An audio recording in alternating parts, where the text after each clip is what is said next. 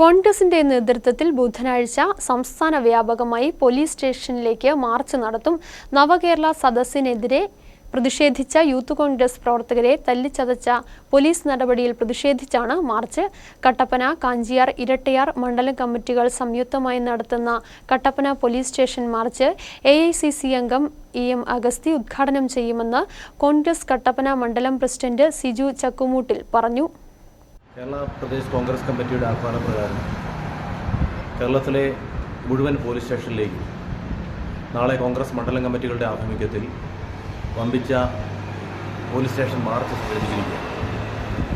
ഇതിനാധാരമായ വിഷയം എന്ന് പറയുന്നത് നവകേരള സദസ്സുമായി ബന്ധപ്പെട്ടുകൊണ്ട് കേരളത്തിൽ യൂത്ത് കോൺഗ്രസ് നടത്തിയ പ്രതിഷേധ സമരങ്ങളെ, ജനകീയ സമരങ്ങളെ പിണറായി വിജയൻ ഗവൺമെൻറ്റിൻ്റെ പോലീസും അദ്ദേഹത്തിൻ്റെ സുരക്ഷാ ഉദ്യോഗസ്ഥരും ചേർന്ന് വളരെ നീചമായി ക്രൂരമായി മർദ്ദിച്ച നരനായാട്ടിൽ പ്രതിഷേധിച്ചുകൊണ്ടാണ് ഈ പ്രതിഷേധ മാർച്ച് പോലീസ് സ്റ്റേഷനിലേക്ക് മണ്ഡലം കോൺഗ്രസ് കമ്മിറ്റി നടത്തുന്നത്. ഇത് ഒരു ജനകീയ പ്രക്ഷോഭമായി മാറുകയാണ്.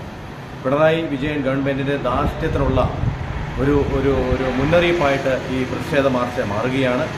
5 ലക്ഷത്തോളം അധികം ആളുകളാണ് കേരളത്തിലുടനീളം ഈ പ്രതിഷേധ മാർച്ചിൽ പങ്കെടുക്കുന്നത്.